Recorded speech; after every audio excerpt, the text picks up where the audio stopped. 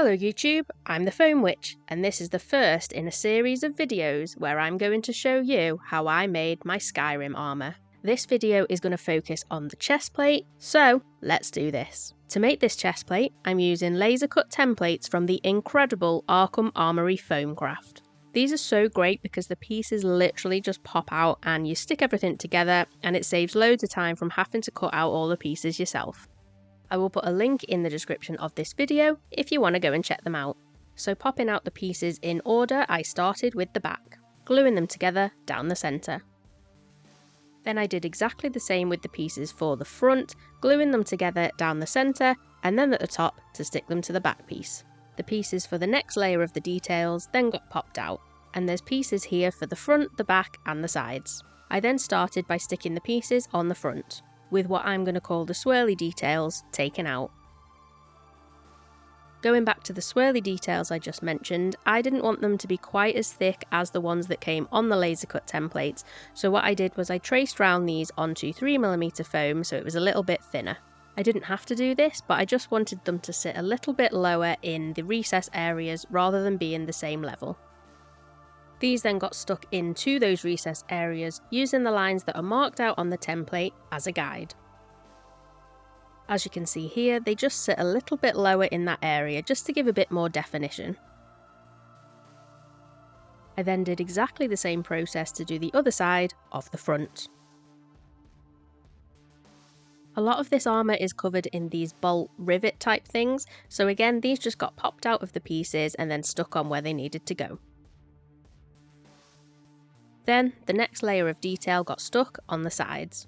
When I started this build, I was using contact adhesive. However, when I got to this point, I found these amazing, specifically for foam, hot glue sticks from Tige Supplies. These glue sticks are incredible. I will not stop raving about them. They're non-toxic, which is amazing. And I know that a lot of crafters worry when they use hot glue that if they go in any kind of heat, that their costume is just going to fall apart.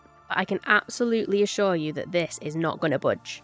I wore this costume all day at Comic-Con. It was super hot inside, I was sweating so much, I was overheating, but this glue did not move a millimetre. The day after Comic-Con, I also went on a photo shoot at some local castle ruins in the bright sunshine. It was super hot, I was outside most of the day, and again, it didn't move at all. So it goes on like hot glue, but once it's dry, the bond is like contact adhesive. This stuff is brilliant. Again, I'll put a link in the description to the Tige Supplies website if you want to have a look at these for yourself. In order to make it easy to take the chest plate on and off, I used some Velcro on the sides. I added this Velcro on either side of the chest plate, and this made it so easy to take it on and off. And this is what the chest plate was looking like up to this point. It was then time to add the swirly details into the side recess areas, and again I just cut these out of the 3mm foam. And again, sticking them on following the guidelines on the laser cut templates. This is how it looked once they were all stuck down on both the sides and the back. And again, there was more of these bolty rivety things to stick on. I then went over every edge with my Dremel just to round those edges off. And the base build of the chest plate was complete. From all the reference photos I had, all of the recess areas had these little holes or divots in them. My brain could not leave this detail out, so in order to do this, I took my Dremel and drilled in every single hole by hand. And that, my friends, was an awful lot of holes. It drove me slightly mad, but the end result was so worth it. Looking at the reference photos again, the armour has this kind of thicker piece around the neck area, which this template didn't have, so I just made this myself. I used masking tape to trace the area where this piece was going to go to make sure it was going to be the correct dimensions, and then I traced this onto thicker 10mm foam, mirroring the template to give both sides. Again, taking my Dremel to round off any edges. The Dremel is my favourite tool. I use this on every single edge of every project that I make. These two pieces then got stuck together down the centre using the hot glue, and then got stuck onto the base. And this is how the chest plate looked once that detail piece had been added. I then went back to using my trusty Dremel and I went over every edge of every one of those swirly detail pieces to round it off. Again, this took a long time. Taking the time to round off all the edges is a very subtle detail, but hopefully you can see the difference it makes here. I wanted this armour to look like I'd been in some epic battles, so I took my Dremel Versatip and burnt in some battle damage. If you're going to use any kind of implement to burn foam, you need to wear a respirator because those fumes are super toxic. And this is how it looked once those had been burnt in.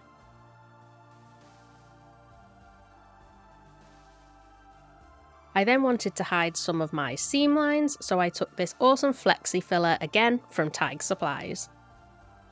If you have any seams that you're not happy with or you just want to hide a little bit, you spread this on. Once it's dry, you can wet sand it to give a super smooth finish that hides the seam. It was then time to move on to the shoulder pads.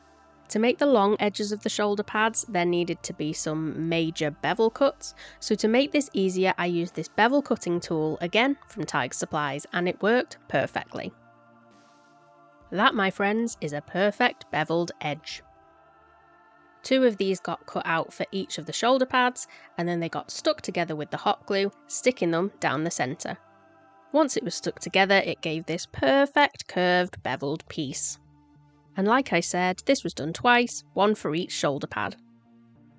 Then it was onto the main body of the shoulder pad, taking these pieces from the template, and just removing the swirly detail piece.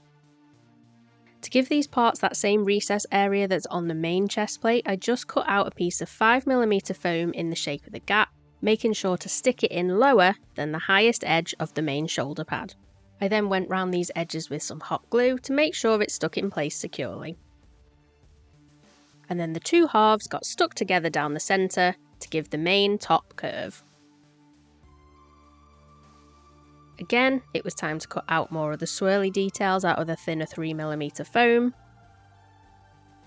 and stick them on with more hot glue. I love hot glue! I also added the same swirly detail to the lower piece. Using the guideline of the template, this lower piece then got stuck underneath the top piece. And then that long curved edge that I made earlier got stuck to the edge of that. After doing that all twice, that was both of the shoulder pads built. Back to using the Dremel and again rounding off every edge. And again sticking on some more of those bolt rivets. I wanted these shoulder pads to be able to move slightly when I moved my arms. I didn't want them to be static because that would be uncomfortable.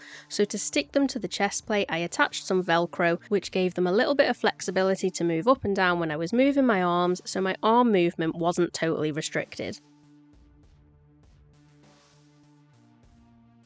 In the game, these parts of the chest plate are leather, so I wanted to replicate this, and I did this by using the trusty tinfoil method. To do this, you take a rolled up ball of tinfoil, heat up the foam where you want it to look like leather, and while it's still hot, press the tinfoil into the foam.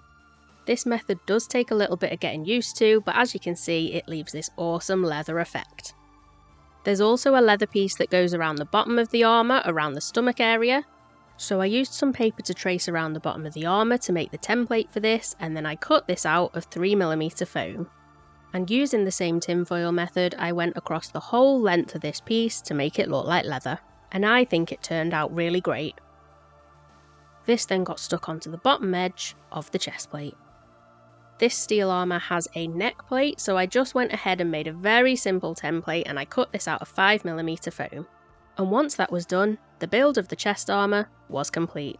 If you're still watching, I want to give you a huge thank you. Like I said at the start of the video, this is going to be a series where I show you how I made the full armour, so make sure you keep an eye out for the next video, which is going to focus on the belt. Thanks again for watching, and I'll see you next time.